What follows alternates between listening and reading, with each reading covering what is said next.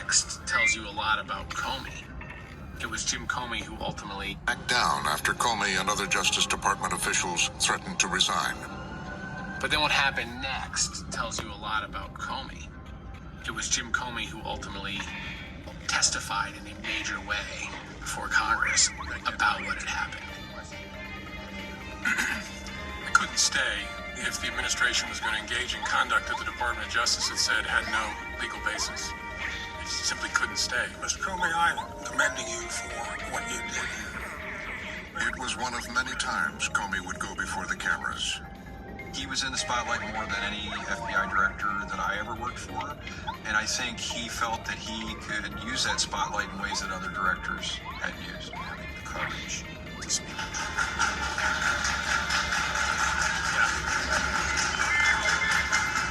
Republicans who don't like Comey because of his doorsteps in the George W. Bush administration tend to call him Saint Jim, a guy in love with his own rectitude. Jim Comey is, by his own acknowledgement, has a very black and white view of the world with very little room for gray. Jim Comey's view of the world is that if he decides that it's the right thing to do, everybody else should agree with him. Breaking news now, Fox News can confirm that FBI Director James President Barack Obama named Comey FBI Director. And during the 2016 presidential campaign, Comey made himself the face of the FBI's investigation of Hillary Clinton's email server. They were extremely careless in their handling of very sensitive, highly classified information. Comey has been at the middle of this election and arguably is the person who most significantly influenced it other than the candidates themselves. There's a through line in Jim Comey's career, and that is this intense conviction that he is sometimes the only righteous person in any organization. If there is one characteristic of Comey's that is both his strongest characteristic and his weakness, it's this self-regard that can cross into self-righteousness. Russia has come up again and again. And now, as Comey led the investigation into Russian interference, he would find himself on a collision course with the president. The very inauguration of President Trump, poses challenges to the FBI because they have investigations on Paul Manafort, the former campaign chairman, Carter Page, foreign policy advisor to the president's campaign, George Papadopoulos, foreign policy advisor to the campaign, and Michael Flynn, the national security advisor. So, these are four people in the national security space who are all under FBI investigation. Now let's start talking about players like Russia. Now, Comey dispatched 2 FBI agents to the White House on a sensitive mission. They go to the White House to interview the national security advisor just days after the opening of a new administration. And there's no precedent you can think about that, at least in modern times. The agents arrived to confront the national security advisor, Michael Flynn. What's the FBI doing at the White House? What business do they have in the White House? How is it that Michael Flynn's meeting with FBI agents without a lawyer present? Was he out of his mind? That's to me incomprehensible. That should never happen. The FBI wanted to know the details of a phone call Flynn had during the transition with the Russian ambassador, Sergei Kislyak. Kislyak places a call to Flynn, says, "I want to talk to you." Flynn gets word of this, and eventually, later that day, they talk. The question is, what was said?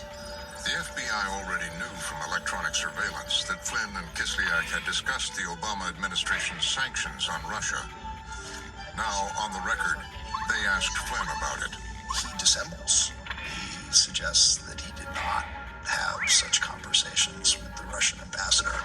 Court documents detail what happened. Flynn falsely stated that he did not ask Russia's ambassador to refrain from escalating the situation in response to sanctions.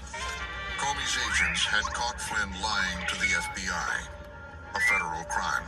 New questions about coincidental timing of a call between... At FBI headquarters, what Comey had was explosive. The evidence against Flynn was shared across the street with the Justice Department. Acting Attorney General Sally Yates was read in to Flynn's FBI interview.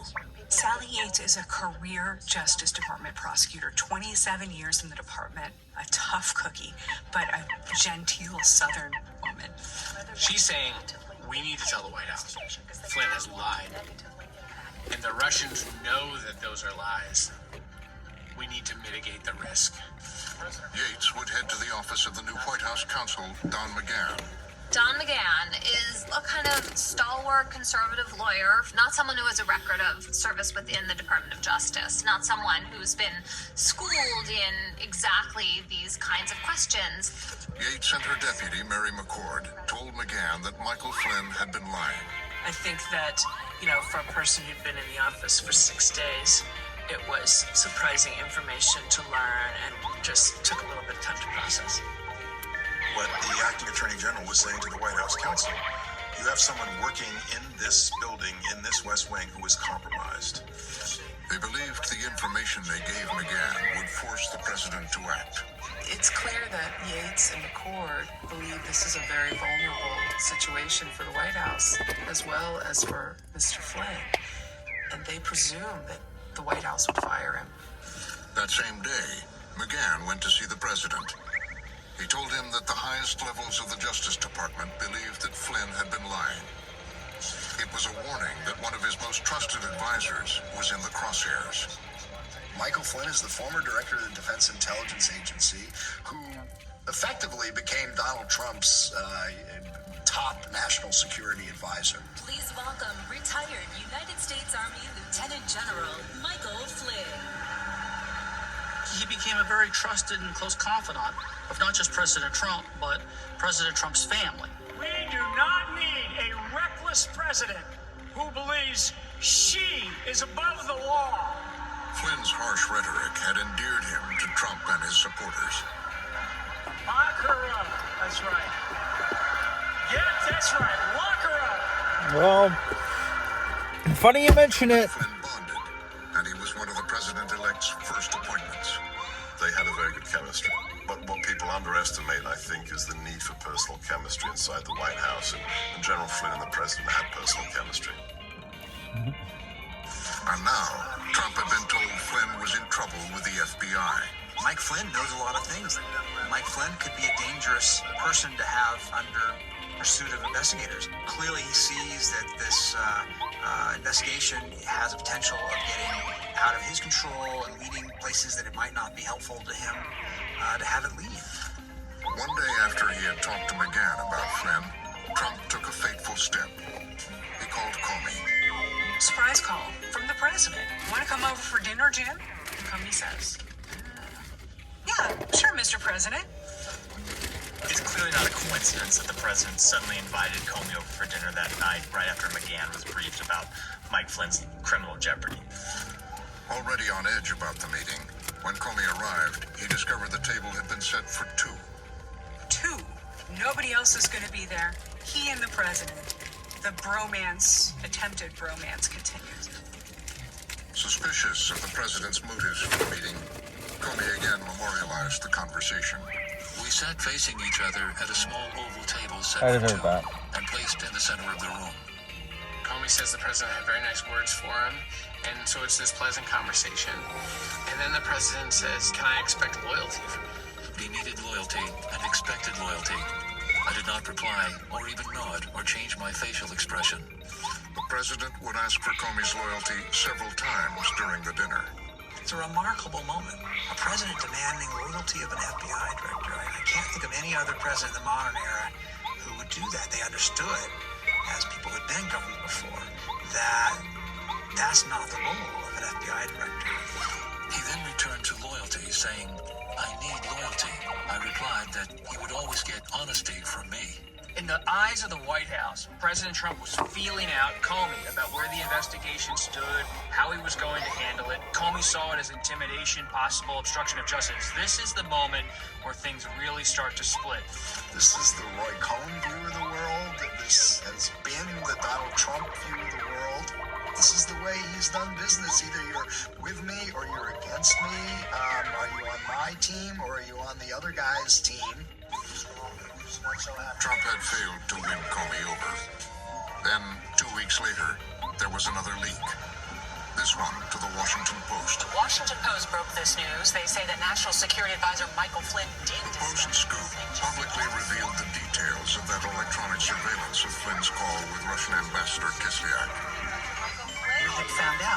fact, there were intercepts, and had a variety of sources saying that yes, they had discussed sanctions. And this morning, multiple news outlets report that As the story dominated the news coverage in Washington, the president headed to Florida, accompanied by the Prime Minister of Japan and Mike Flynn.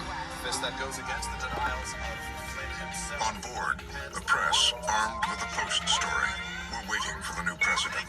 What do you make of reports that General Flynn had conversations with the Russians about sanctions before you were sworn in? I don't know about it. I haven't seen it. What report is that? Though he had known about the intercepts for weeks, Trump claimed ignorance. About sanctions, maybe trying to... I haven't seen that. I'll look at that. Thank you. Thank you very much. But the scandal would only grow.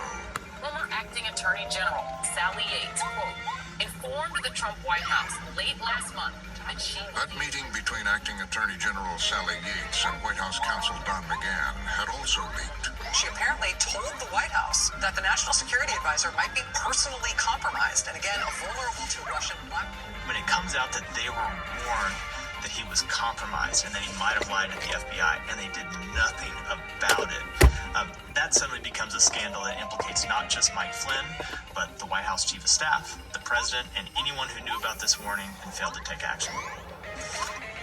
The full force of the Washington establishment was turned on Trump. He's up against a sort of Bermuda Triangle in Washington.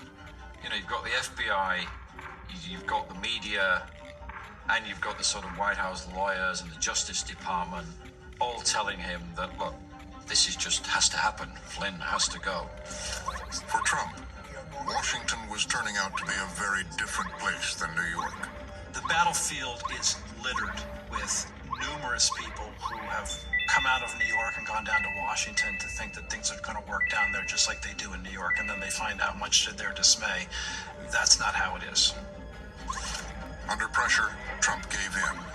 He could keep Flynn no longer. Job embattled National Security Advisor Michael Flynn has stepped down. Trump accepted Flynn's resignation. Shake up for the Trump administration. Caps off a tumultuous first month in office. This marks the first major... Flynn was gone, but still in jeopardy from an active FBI investigation.